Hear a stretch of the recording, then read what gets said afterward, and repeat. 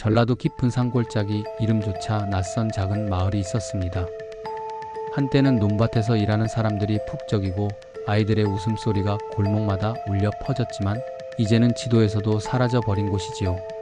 댐 건설이 시작되면서 마을은 수몰 예정지로 지정되었고 주민들은 울며 겨자 먹기로 고향을 떠나야 했습니다. 기와집은 허물어지고 가재도구는 이삿짐 트럭에 실려 어디론가 옮겨졌습니다. 그렇게 한 달, 두 달이 지나자 마을은 완전히 텅 비게 되었습니다. 그런데 이상한 건 딱 한 군데였습니다. 마을 어귀에 서 있던 버스 정류장만은 아무도 손대지 않고 그대로 남겨져 있었던 겁니다. 낡은 간이 정류장, 오래된 나무 벤치, 그리고 유리창에 빗물이 스며든 안내판. 사람은 없는데 마치 누군가 여전히 버스를 기다리는 듯한 기묘한 공기가 감돌았습니다. 세월이 흘러도 그 정류장은 여전히 자리를 지켰습니다. 잡초가 허리까지 자라고 주변은 풀벌레 소리로 가득했지만 어느 여름밤부터 묘한 소문이 돌기 시작했습니다. 밤 11시 무렵 그 정류장에 낡은 시외버스가 나타난다는 이야기였습니다. 아무도 다니지 않는 길 위로 헤드라이트 불빛이 번쩍 켜지며 버스가 서고 문이 덜컥 열리면 안에는 낯선 사람들이 앉아 있었다고 합니다. 그 승객들은 모두 어딘가 이상했습니다. 남루한 옷차림, 희미하게 바랜 색감, 그리고 무엇보다도 생기가 없는 얼굴. 마치 사진 속 인물이 살아 움직이는 듯 보였다지요. 마을 근처를 지나던 청년 몇이 장난삼아 그 버스를 목격했고 호기심에 버스에 오른 적도 있었습니다. 하지만 그들은 돌아오지 못했습니다. 간혹 살아 돌아온 이들도 있었지만 그들의 입에서는 두서없는 말만 흘러나왔습니다. 마지막 정류장 아직도 사람들이 기다리고 있어 창밖에. 그 말을 끝으로 그들은 더 이상 말을 잇지 못했고 이후로 점점 말수가 줄더니 결국 병원에 실려갔다고 합니다. 이야기는 점점 커져 근처 마을 사람들 사이에서는 정류장 근처를 아예 지나가지 않는 풍습이 생겼습니다. 아이들은 그곳을 귀신버스 타는 자리라고 불렀습니다. 몇 해 뒤 도시에서 사진을 찍던 한 여행자가 이 소문을 듣고 찾아왔습니다. 그는 미신 따윈 믿지 않는 냉정한 사람이었습니다. 낡은 카메라를 들고 정류장 앞에 서서 중얼거렸습니다. 이런 데서 버스가 나타난다고? 사람들 참 호들갑이야. 그는 삼각대를 세우고 정류장을 찍기 시작했습니다. 어둑어둑한 산골길에 풀벌레 소리만 울렸고 달빛이 정류장의 낡은 유리를 희미하게 비추었습니다. 그렇게 시간이 흘러 11시가 가까워졌습니다. 멀리서부터 낮게 울리는 엔진 소리가 들려왔습니다. 그는 순간적으로 웃어넘기려 했지만 소리가 점점 커지며 바로 코앞까지 다가왔습니다. 불빛도 그림자도 없는데 분명히 버스가 달려오는 듯한 소리였습니다. 그리고 한순간 정류장 앞에 낡은 시외버스가 멈춰 서 있었습니다. 문이 덜컥 열렸습니다. 안에서는 희미한 불빛이 번져나왔고 차 안에는 몇몇 승객들이 고개를 떨군 채 앉아 있었습니다. 그들의 옷차림은 3040년대 촌부 차림 그대로였고 창백한 얼굴이 창문 사이로 비쳤습니다. 사진가는 숨이 막혔습니다. 도망쳐야 한다는 생각이 머리를 스쳤지만 몸이 말을 듣지 않았습니다. 그때 운전석에 앉은 남자가 고개를 돌렸습니다. 그리고 낮게 그러나 분명히 들릴 만큼 똑똑히 말했습니다. 다시오. 아직 자리 남았네. 사진가는 그 목소리에 홀린 듯 한 발자국 앞으로 나아갔습니다. 카메라가 바닥에 떨어져 굴렀지만 그는 그것조차 챙기지 못했습니다. 버스 안의 승객들이 동시에 고개를 들어 그를 바라보는 순간 심장이 쿵 내려앉는 소리를 느꼈습니다. 그리고 곧 문이 닫히며 버스는 움직였습니다. 다음날 정류장 앞에는 부서진 카메라만 덩그러니 놓여 있었습니다. 사진가는 끝내 돌아오지 못했지요. 세월이 흘러도 그 정류장은 여전히 그 자리를 지키고 있습니다. 잡초가 더 높이 자라고 안내판 글씨는 거의 지워졌습니다. 하지만 여전히 여름밤이면 그곳을 지나던 이들이 묘한 소리를 듣는다고 합니다.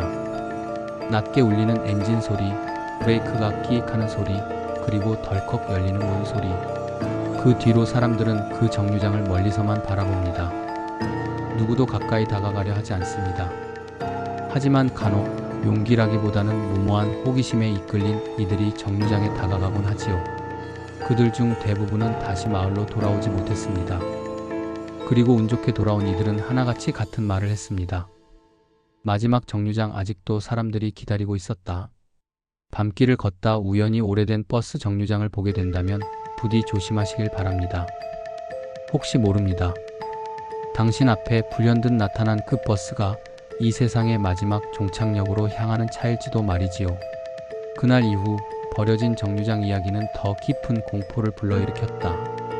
사진가가 사라지고 남겨진 카메라만 발견되자 사람들은 정말 버스가 나타난 게 아니냐는 속삭임을 더 자주 하게 되었다. 누군가는 그 카메라 속 필름을 현상해봤다고 했다. 그러나 결과는 충격적이었다. 사진에는 텅 빈 정류장이 찍혀 있었는데 마지막 장 한 장에만 흐릿하게 불빛이 스며들어 있었다. 그것은 분명 버스의 헤드라이트처럼 보였다. 이 이야기를 들은 사람들 중에는 호기심이 발동한 이들도 있었다. 그중 한 명이 바로 젊은 기자였다. 그는 지역 신문사에 다니며 특종을 찾아 헤매던 중 이 정류장 전설을 접했고 단순한 괴담이 아니라는 직감을 가졌다. 기자는 오랜 고민 끝에 스스로 현장을 확인하기로 결심했다. 늦은 여름밤 그는 손전등과 녹음기를 챙겨 정류장에 섰다. 숲속에서는 풀벌레 소리가 끊임없이 울렸고 달빛은 흐릿하게 내려앉아 길을 비추었다. 그는 녹음기를 켜고 중얼거렸다. 2025년 8월 21일 시간은 밤 10시 45분. 정류장 앞에 도착했다. 주변은 고요하다. 사람은 없고 바람만 분다. 시간이 흘러 11시가 다가오자 멀리서부터 웅웅거리는 엔진 소리가 들려왔다.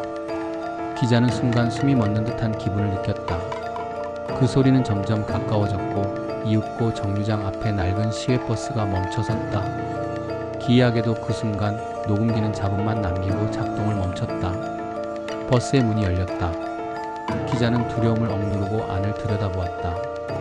흐릿한 불빛 속에서 승객들이 앉아 있었는데 모두 고개를 숙이고 있었다. 그런데 자세히 보니 그중 몇몇 얼굴이 낯이 익었다. 어릴 적 뉴스에서 본 실종자들, 수몰 당시 행방이 묘연했던 사람들의 얼굴이었다. 기자는 도망쳐야 한다는 생각을 했지만 이상하게도 몸이 말을 듣지 않았다. 마치 누군가 등에 손을 얹어 등을 밀고 있는 듯 발걸음은 스스로 버스를 향해 나아갔다. 문턱을 넘자마자 차 안의 공기가 무겁게 내려앉았다. 창문 밖으로는 칠흑 같은 어둠만이 가득했고 바깥에서 보던 산골길은 더 이상 보이지 않았다. 버스가 출발했다. 엔진 소리가 낮게 울리며 차는 서서히 움직였다. 기자는 떨리는 목소리로 속삭였다. 이건 기사감이야. 대박 기사야. 그러나 승객들은 아무도 반응하지 않았다. 오직 맨 앞 운전석에 앉은 남자만이 백미러를 통해 기자를 바라보고 있었다. 그의 눈빛은 묘하게 깊고 어딘가 슬픈 기운이 서려 있었다. 운전수는 낮은 목소리로 말했다. 이 차는 돌아가는 길이 없네. 그래도 괜찮겠나? 기자는 얼떨결에 대답하지 못했다. 곧 차 안의 승객들이 동시에 고개를 들어 그를 바라보았다. 창백한 얼굴, 어둡게 꺼진 눈동자. 모두가 무언가를 말하려는 듯 입술을 떨고 있었다. 그러다 동시에 웅얼거렸다. 마지막 정류장, 마지막 정류장. 기자는 공포에 질려 소리를 지르며 문으로 달려갔다. 하지만 문은 굳게 닫혀 있었고 아무리 발버둥 쳐도 열리지 않았다. 그 순간 창밖에서 희미한 불빛이 보였다. 그것은 수몰된 마을의 옛 가로등 불빛이었다. 버스는 물속으로 들어가듯 점점 깊은 안개 속을 달리고 있었고 차장에 물방울이 맺히기 시작했다.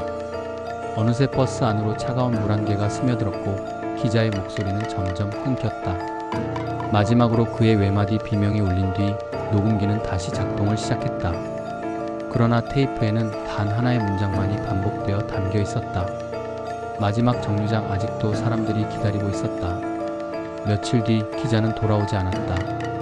그의 차는 산 입구에 그대로 세워져 있었고 좌석 위에는 고장난 녹음기만 덩그러니 놓여 있었다. 녹음기의 배터리는 이미 방전되어 있었지만 재생 버튼을 누르면 이상하게도 그 마지막 문장이 여전히 흘러나왔다. 그 사건 이후 정류장은 더욱 깊이 대상이 되었다. 그러나 호기심 많은 사람들의 발길은 끊이지 않았다. 그리고 돌아오지 못한 이들의 명단은 점점 늘어갔다. 어떤 이는 이렇게 말했다. 그 버스는 수몰된 마을로 가는 길이다. 아직도 그곳엔 떠나지 못한 영혼들이 기다리고 있다. 또 어떤 이는 이렇게 속삭였다. 그건 단순히 귀신 이야기가 아니다. 정류장은 세상과 저승을 잇는 경계다. 11시에 나타나는 그 버스는 살아있는 자와 죽은 자를 태우는 마지막 수단일 뿐이다. 오늘 밤 혹시라도 외진 길에서 낡은 버스의 불빛을 보게 된다면 절대 다가가지 마십시오. 문이 열리면 그 순간 당신의 발걸음은 스스로 움직이게 될지도 모릅니다. 그리고 돌아올 수 없을지도 모르니까요. 버스가 깊은 안개 속을 달려가던 그 순간 기자의 몸은 얼어붙은 듯 움직이지 않았다. 차장 밖은 더 이상 산골길이 아니었다. 창문 가득 물방울이 맺히고 흐릿한 빛 속에서 물결이 일렁였다. 마치 차 전체가 강물 속으로 천천히 잠겨 들어가는 듯했다. 그러나 이상하게도 숨은 막히지 않았다. 차 안의 승객들은 여전히 고개를 떨군 채 앉아 있었고 운전사는 묵묵히 앞만 바라보고 있었다. 얼마나 달렸을까? 버스는 마침내 덜컹하는 소리와 함께 멈춰섰다. 기자는 불안한 마음에 창밖을 내다보았다. 거기에는 믿을 수 없는 광경이 펼쳐져 있었다. 어릴 적 기억 속의 오래된 시골 마을이 그대로 서 있었다. 낡은 초가집과 기와집, 좁은 골목, 장독대가 줄지어 늘어선 마당 분명 수몰되어 지도에서조차 사라졌어야 할 마을이었다. 버스 문이 열렸다. 승객들은 하나둘씩 자리에서 일어나 조용히 밖으로 나갔다. 기자는 떨리는 다리를 이끌며 따라 내렸다. 발밑으로는 축축한 흙냄새가 진동했고 어디선가 장작 타는 냄새와 곡식 냄새가 섞여 풍겨왔다. 그러나 그 모든 풍경은 어딘가 비현실적으로 흐릿했다. 마을 사람들은 그를 향해 시선을 돌리지 않았다. 모두가 무표정하게 길을 따라 움직이며 집 안으로 들어갔다. 아이들이 뛰어노는 모습도 보였지만 그들의 웃음소리는 이상하게 메아리처럼 멀리서만 들렸다. 기자는 용기를 내어 한 아이에게 다가가 물었다. 여기는 어디지? 도대체? 그러나 아이는 아무 대답 없이 그저 미소만 지었다. 그 순간 아이의 눈동자에 맺힌 빛이 이상하게 흔들리는 걸 보았다. 그것은 사람의 눈빛이라기보다는 오래된 사진 필름이 흔들릴 때처럼 이 세상에 완전히 존재하지 않는 무언가의 잔상 같았다. 마을 어귀로 들어서자 낡은 정자 옆에서 몇몇 노인들이 모여 앉아 있었다. 그들은 낮은 목소리로 구슬프게 노래를 흥얼거렸다. 기자는 그 가락을 어렴풋이 알아들을 수 있었다. 그것은 오래전 장례식에서 불리던 상여 소리와 닮아 있었다. 가슴이 서늘해졌다. 갑자기 등 뒤에서 목소리가 들려왔다. 여기까지 오셨군요. 기자가 돌아보니 운전사가 서 있었다. 그는 여전히 낡은 제복 차림이었으나 얼굴은 처음 보았을 때보다 한층 늙어 보였다. 운전사는 기자를 똑바로 바라보며 말을 이었다. 이곳은 떠나지 못한 자들이 모여있는 자리요. 댐에 잠기며 남겨진 영혼들, 그리고 제때 버스를 타지 못한 사람들. 기자는 숨이 막혔다. 그럼 나도 여기에 갇히는 겁니까? 운전사는 잠시 눈을 감았다가 고개를 끄덕였다. 이제 선택은 당신 몫이오. 나와 함께 기다릴 것인가 아니면 돌아갈 것인가. 그 순간 마을 전체에 이상한 변화가 일어났다. 집들이 하나둘씩 흔들리며 물속에 잠기듯 서서히 가라앉기 시작했다. 사람들은 태연히 그 안에서 밥을 짓고 아이들은 웃으며 뛰어다녔지만 모두 물결 속으로 삼켜지고 있었다. 기자는 공포에 질려 소리쳤다. 돌아가게 해줘. 난 아직 여기에 있을 수 없어. 운전사는 깊은 한숨을 내쉬었다. 돌아가려면 대가가 필요하오. 누군가 대신 이곳에 머물러야 하오. 기자는 머리를 저었다. 그때 그의 발밑에서 차갑게 무언가 스치는 기운을 느꼈다. 땅이 꺼지듯 마을이 다시 한번 깊은 물속으로 가라앉고 있었다. 사람들의 얼굴이 차례로 흐릿해지고 목소리가 메아리처럼 멀어졌다. 기자는 필사적으로 도망치듯 달렸다. 발끝마다 물결이 일렁였고 눈앞이 점점 흐려졌다. 그 순간 그의 귀에 우웅거리는 엔진 소리가 다시 들려왔다. 정류장, 그 낡은 버스 정류장이 눈앞에 어른거렸다. 그는 이는 힘껏 달려가 손을 뻗었다. 눈을 떴을 때 기자는 숲길 한가운데 쓰러져 있었다. 새벽녘 플립에는 이슬이 맺혀 있었고 멀리서 새소리가 들려왔다. 모든 것이 꿈처럼 느껴졌다. 그러나 손바닥을 보았을 때 그는 얼어붙었다. 그의 손에는 낡은 버스 승차권 한 장이 쥐어져 있었다. 날짜는 1982년 댐이 막 완공되던 해였다. 그날 이후 기자는 신문사에 돌아왔지만 더 이상 예전 같지 않았다. 그는 글을 쓰다가도 멍하니 창밖을 보며 중얼거리곤 했다. 그들은 아직도 기다리고 있어 마지막 정류장에서. 동료들은 그를 정신병원에 데려갔지만 그는 끝내 제정신을 찾지 못했다. 그의 손에 쥐어진 낡은 승차권은 지금도 사라지지 않고 남아있다고 한다. 사람들은 지금도 말한다. 밤 11시 버려진 마을의 정류장에 서 있으면 어디선가 버스 엔진 소리가 들려온다고. 그리고 혹시 그 차에 올라탔다면 수몰된 마을에서 아직도 떠나지 못한 영혼들을 마주하게 될 것이라고. 혹여 여러분이 산골의 외진 길을 걷다 낡은 정류장을 보게 된다면 부디 그곳에 오래 머물지 마십시오. 문이 열리는 순간 당신도 모르게 발걸음이 앞으로 나아갈지 모르니까요. 그리고 그 끝에서 기다리고 있는 건 이 세상의 길이 아닌 또 다른 세계의 종착역일지도 모릅니다. 달빛조차 희미하게 스며들던 산골의 정류장. 기자는 손에 쥔 낡은 승차권을 바라보며 떨리는 손을 주체하지 못했다. 종이는 바스락거릴 만큼 낡아 있었지만 글씨는 선명했다. 1982년 6월 15일 댐 수몰 특별 운행. 그는 이 승차권이 단순한 종이 조각이 아님을 직감했다.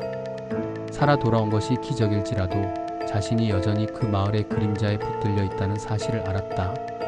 시간은 흘러도 악몽은 끝나지 않았다. 그는 신문사에 돌아와도 원고를 쓰지 못했고 사람들 속에 있어도 늘 다른 세상에 갇힌 듯했다. 동료들은 그의 변화를 두려워했으며 어떤 이는 그가 이미 절반쯤 죽은 사람이라고 수군거렸다. 하지만 기자는 포기하지 않았다. 오히려 그 공포는 집착으로 변했다. 나는 반드시 알아내야 한다.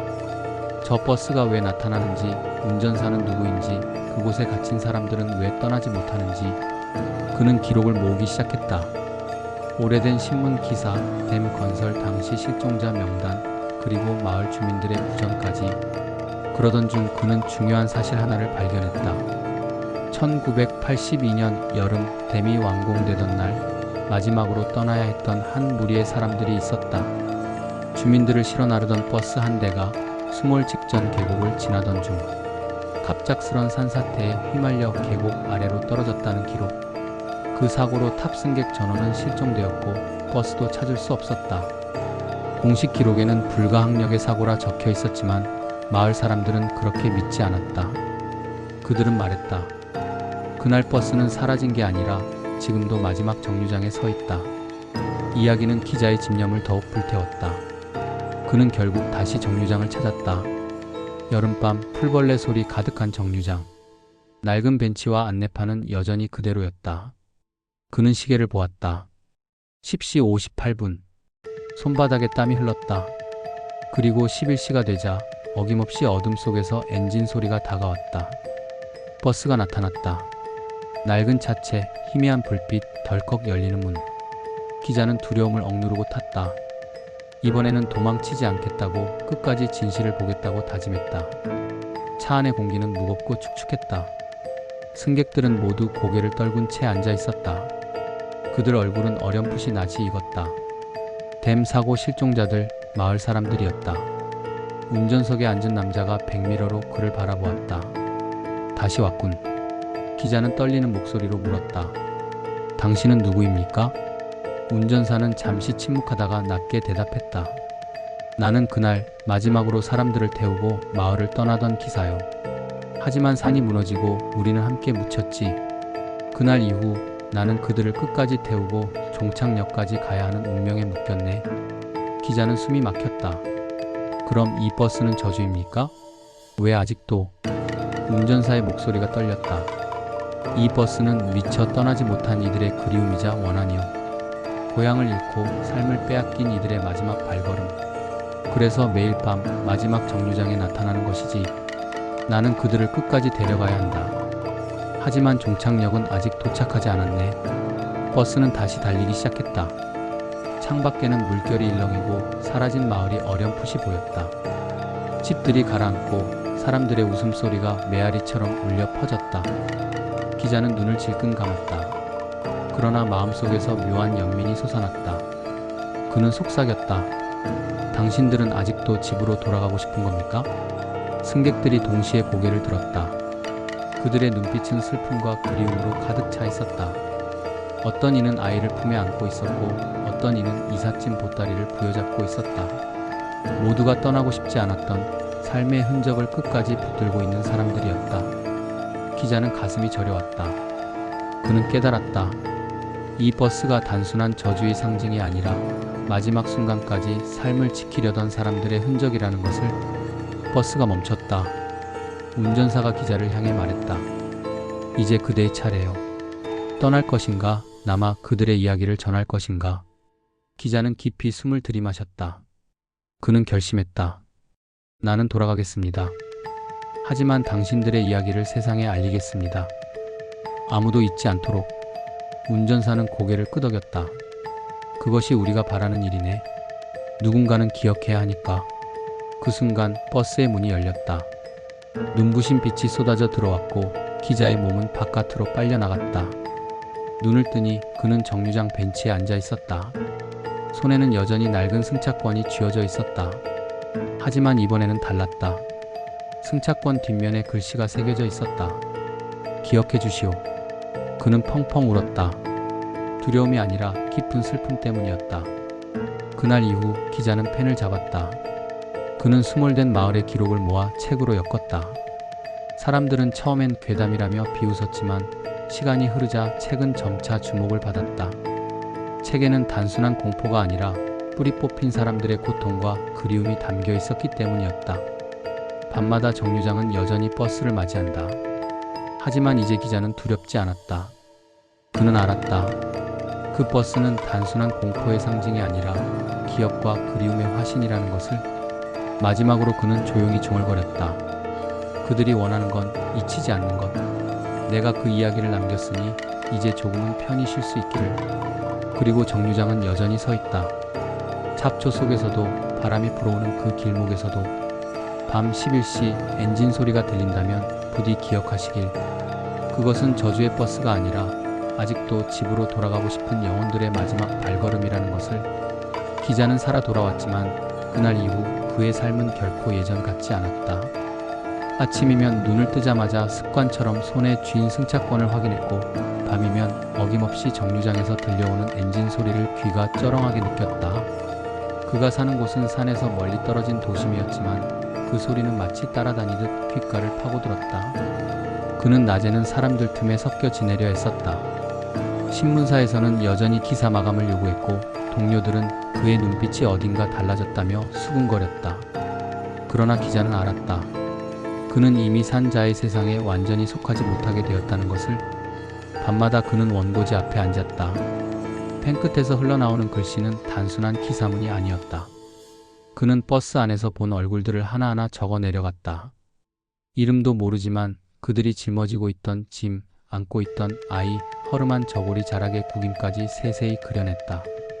그는 마치 기록자가 아니라 화가처럼, 증언자가 아니라 산자와 죽은 자를 잇는 매개체처럼 글을 써 내려갔다. 그가 쓴 글은 처음엔 별 주목을 받지 못했다. 신문사에서도 괴담 기획 연재 정도로 취급했다. 하지만 몇몇 독자들이 이상한 편지를 보내오기 시작했다. 기사님이 묘사한 옷차림 우리 어머니가 댐 사고 때 입고 나가신 옷과 똑같습니다. 승객 중에 아이를 안고 있던 젊은 여인, 그건 제 이모입니다. 아직도 꿈에 나와요. 이런 편지들이 하나둘 쌓이자 기자는 자신이 본 것이 단순한 환영이 아니었음을 다시금 깨달았다. 그는 눈물을 흘리며 답장을 썼다. 그들은 여전히 기다리고 있습니다. 하지만 이제 조금은 안심하셔도 됩니다. 그들의 이야기가 전해지고 있으니까요. 세월이 더 흘러 기자는 결국 책을 한 권 냈다. 제목은 단순했다. 마지막 정류장. 책은 공포소설로 분류되기도 했고 어떤 평론가는 민속학적 기록이라 불렀다. 그러나 기자는 그런 분류가 아무 의미 없다는 걸 알았다.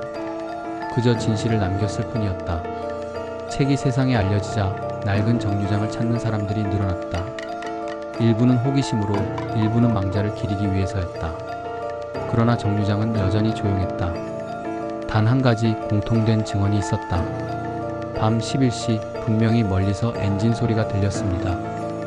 하지만 정류장에 가까이 다가서니 소리가 뚝 끊겨버렸습니다. 기자는 그런 증언을 들을 때마다 쓴웃음을 지었다. 그 소리를 끝까지 듣는 건 선택받은 사람뿐이겠지 나이가 들어 기자는 결국 은퇴했다. 하지만 그의 마음속에는 늘 마지막 정류장이 자리했다. 머리가 희끗해지고 손이 떨릴 만큼 세월이 흘렀을 때 그는 마지막으로 정류장을 다시 찾기로 결심했다. 그날은 늦가을이었다. 산은 붉게 물들었고 낡은 정류장은 여전히 잡초에 파묻혀 있었다. 벤치는 사가 있었지만 형태만은 남아 있었다. 기자는 천천히 앉아 오래전 기억을 떠올렸다. 눈을 감자 차가운 엔진 소리가 귀를 파고들었다. 문득 그는 알았다. 이번에는 되돌아올 수 없다는 것을. 그는 손에 쥔 낡은 승차권을 조심스레 무릎 위에 올려놓았다. 승차권에는 더 이상 날짜가 적혀 있지 않았다. 대신 흐릿하게 글씨 하나가 새겨져 있었다. 이제 그대의 차례. 그때였다. 불빛이 스며들며 낡은 버스가 다가왔다. 문이 덜컥 열리고 운전사가 고개를 끄덕였다. 그의 얼굴은 여전히 침착했지만 그 눈빛에는 오랜 기다림의 끝이 서려 있었다. 기자는 깊은 숨을 내쉬며 천천히 자리에서 일어났다. 더 이상 두렵지 않았다. 오히려 오래된 친구를 다시 만나는 듯 따뜻한 기분이 들었다. 그는 조용히 중얼거렸다. 이제는 내가 당신들과 함께하리다. 버스에 오르자 안에는 옛 승객들이 모두 자리하고 있었다. 아이를 아는 여인, 지게를 진 농부, 상여 소리를 부르던 노인들. 그들은 모두 기자를 향해 미소 지었다. 기자는 그 미소 속에서 마침내 평화를 느꼈다. 버스 문이 닫히고 엔진이 낮게 울렸다. 차장 너머로 보이는 세상은 점점 흐릿해졌다. 정류장은 이내 안개 속으로 사라졌다. 그리고 그날 이후 정류장은 더 이상 아무도 찾을 수 없게 되었다. 잡초는 무성히 자랐지만 벤치는 온데간데 없이 사라졌고 안내판마저 흔적 없이 사라졌다. 마을 사람들은 말했다. 정류장은 이제 종착역으로 떠난 거야. 남은 건 이야기뿐이지. 세월이 흘러도 전설은 남았다. 누군가는 책 속에서, 누군가는 꿈속에서 여전히 그 버스를 본다고 말했다. 그러나 더 이상 누군가 사라졌다는 이야기는 들리지 않았다. 기자가 마지막으로 그들과 함께 떠났기 때문이다. 밤 11시 산골 어디선가 낮게 울리는 엔진 소리를 듣는다면 그것은 두려움의 신호가 아니라 누군가의 귀향일지도 모른다. 아직도 고향을 그리워하는 영혼들이, 그리고 그 이야기를 기록했던 한 기자가 함께 종착역을 향해 달려가고 있을 테니까.